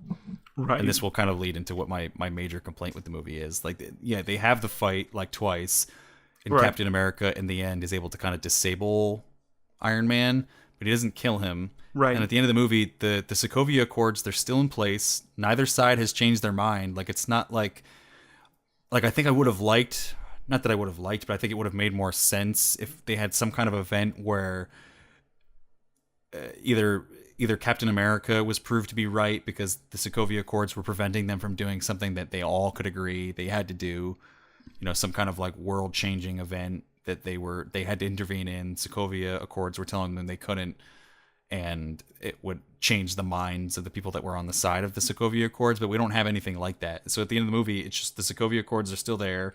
Neither side has changed their mind, and Captain America is on the run again with the rest of his allies. And it's kind of like it presents this problem, but it doesn't solve anything for the problem. It's kind of just, oh, we got to see them fighting twice. And that's about it. And we do get Captain America writes Tony Stark a very nice and thoughtful letter, but that's about it. Like, right. I don't know how you felt about that, but it didn't really go anywhere, like in terms of the ultimate ending that it landed up on. Yeah, no, that was a big complaint for me. I think the letter kind of wrapped things up a little nicely, but still left it a little disjointed. But I kind of just tallied that up to like that's how every single one of these movies has ended. Like I kind of like I wasn't expecting anything else. Yeah, I mean, you could kind of see like Tony Stark, like, you know, he's kind of smiling slightly as he's reading it, so you can tell he's thinking of Captain America kind of fondly. It's not like he's reading it like, oh, that son of a bitch. Like, right. And I think that in the end, that's one of my bigger complaints is that I wish the filmmakers would have picked a side. And I think they were too careful not to pick one, and they didn't want to cast any of the characters in this in the wrong light. Like, and again, I think the obvious comparison to Batman versus Superman, but in Batman versus Superman, Batman's obviously the wrong one in that movie. Like, he's plotting to literally kill Superman, like, and he in the end sees the error of his actions, and then they unite to fight a greater good, which can be a little bit tired of a plot. But I think it's better than the alternative of all your favorite characters fight, but we're not going to tell you which ones are right, which ones are wrong, and they're not going to change their minds at any point, and then it's just going to end. And no one's seen the greater good of anything. No one had to unite in the end to fight anything. They just kind of fought, and then they're still fighting technically at the end of it. Can I say though that I'm really, really so glad that I was really getting nervous in the middle of the movie because I really liked what was happening, but I was glad like the last act or two didn't be like, hey guys, I know we've all been fighting, but we have to put our differences aside because there's a bigger monster coming.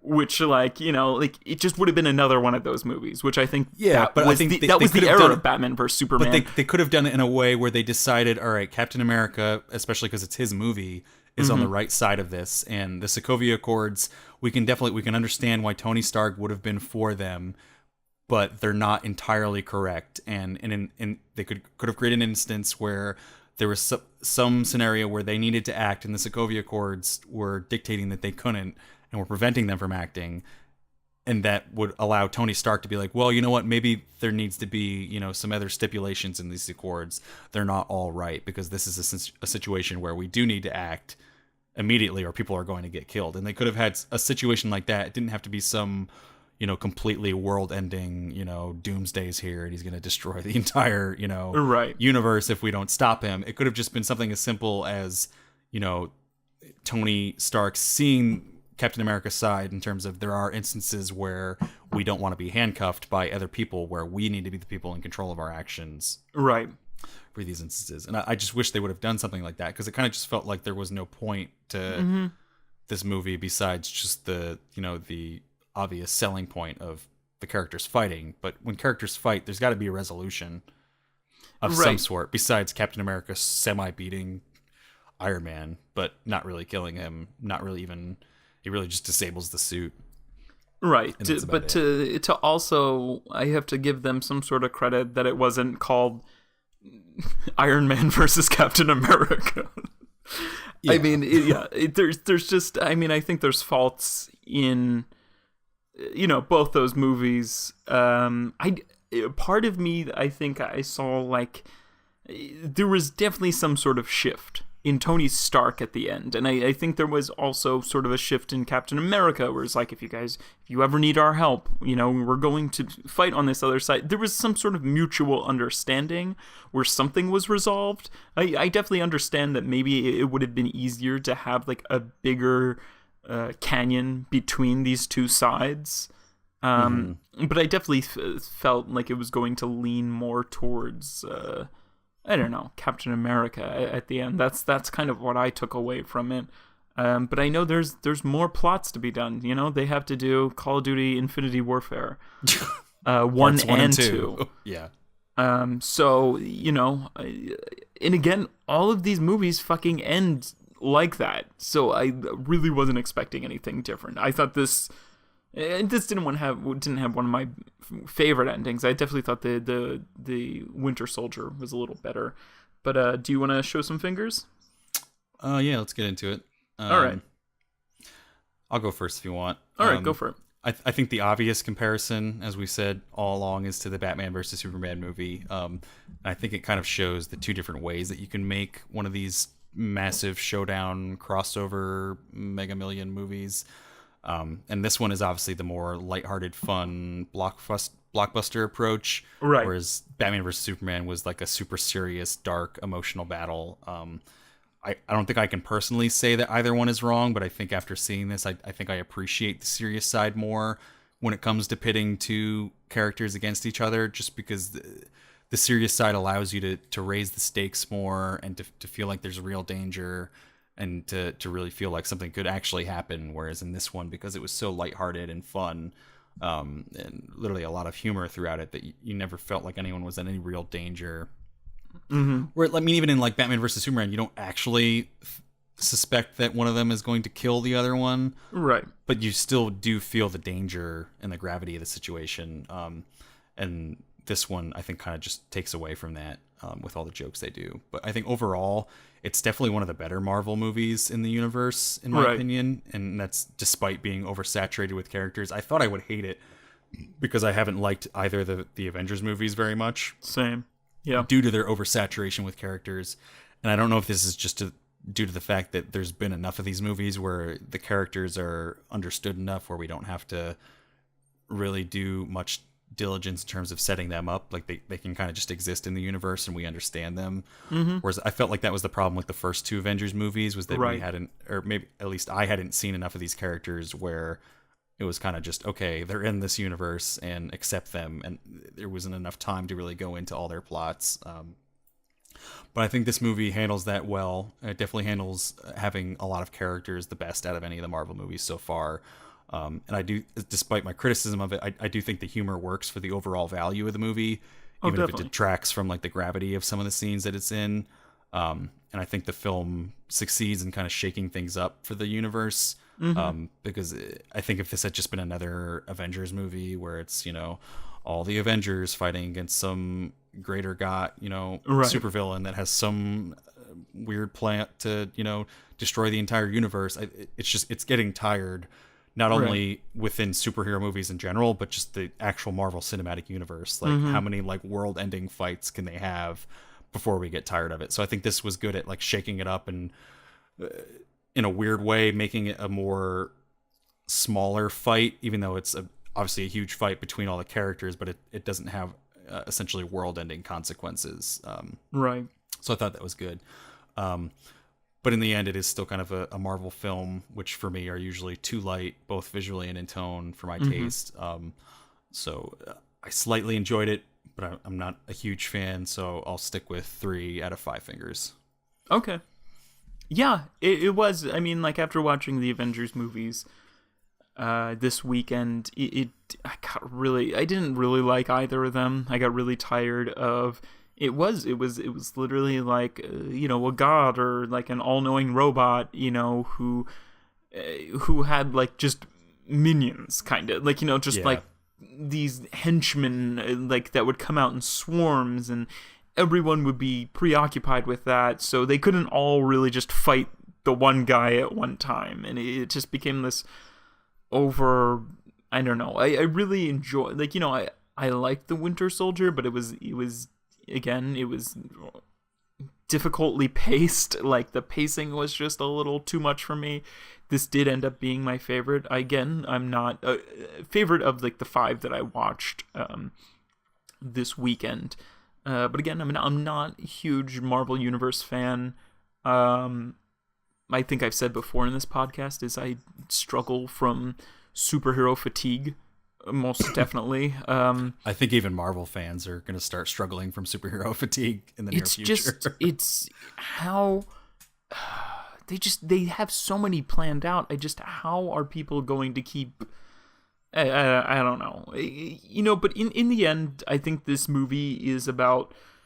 I really liked that instead of facing this almighty kind of like end boss kind of person, final boss, it's more about sort of friendship and conflict and what can happen when conflict sort of overwhelms friendship. And it's about Captain America, and it's about Iron Man, who have had the most movies under their belt, and they're both just genuine heroes that we kind of understand from their various character studies, essentially. But who both have shit going on, and but they can't reconcile those obligations and duties with the friendship that they both take very seriously or cherish. I think Marvel, successfully, juggles multiple superheroes, and they've really built a franchise off of that, which is something that I really enjoy. Not in all movies. I think in this movie, they juggled multiple superheroes almost more than they did in like the Avengers. There were some things in the Avengers that would just make me like my eyes wanted to roll out of my head, like when Captain America would like hold up his shield and then Thor would hit his hammer with it. It would send out like a sound wave. it would send out like a sound wave that like puts everybody in like 30-mile square foot like on the ground or something. Like it was just ridiculous.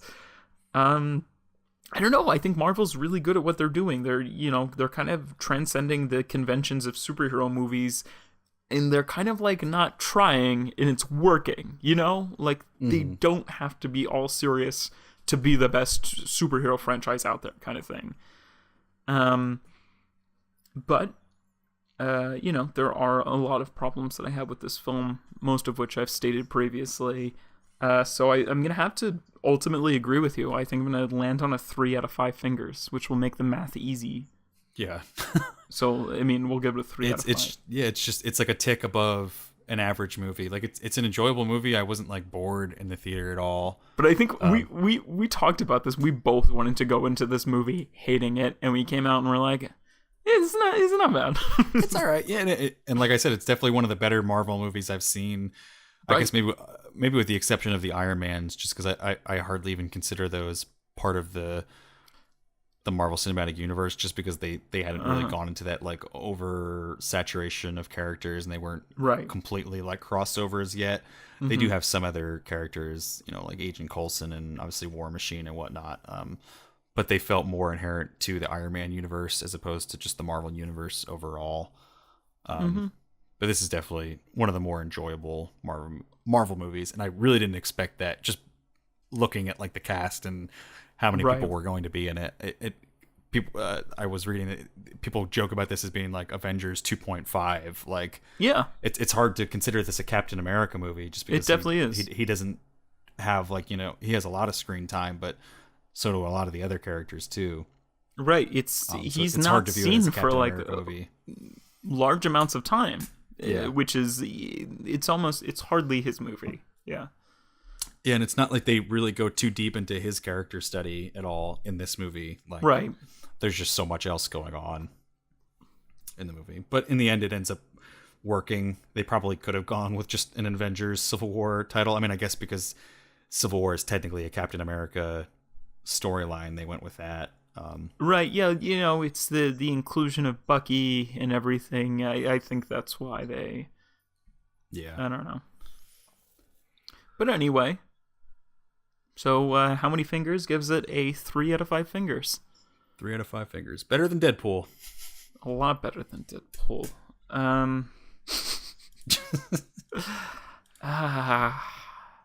It's one of our most viewed... that is our most listened to episode, which... Deadpool. I can't tell if that's because people agree with us or because they're listening and being like, you motherfuckers! Yeah, we haven't got, there's not a lot of... Nobody's really that vocal with us about that episode. How are we doing? Do you guys like what we're doing? Are we doing okay? Is this... Do you guys like this? Yeah, but definitely. Feel free to share your opinions with us, why you agree or don't agree on any of our social media outlets. Facebook, How Many Fingers Podcast. You can like us on there. Twitter, HMF, at HMF Podcast. SoundCloud, which is just How Many Fingers Podcast. And our website, howmanyfingerspodcast.com. And Instagram, How Many Fingers Podcast. Very true. Forgot about that one. Yes. Slip through the cracks. Feel free to send us suggestions for drunk synonyms on any of those previously mentioned social media sites. You can also suggest movies or drinks or just talk to us. We're lonely. We'd love to hear from you. And make sure you send us or rate us on iTunes or Stitcher or any of the podcast apps that you're listening to us on. We could use some ratings and reviews to entice other viewers to come our way. We definitely could. And just tell your friends about how great our podcast is. If you feel that way. Even if you don't. We've gotten more negative comments than positives. So. Thanks, Twitter. Oh, boy. So? But, I think we're ready to sign out for How Many Fingers the Podcast. Great. With our usual stumbling over how to get out of this episode. I think we're going to sign out. Yeah. Oh, okay, great. Okay, do you want to sign out now? End it. Okay, we're signing out. All right, well, I'm Joe. And I'm Mike. And this has been How Many Fingers the podcast. This has been that.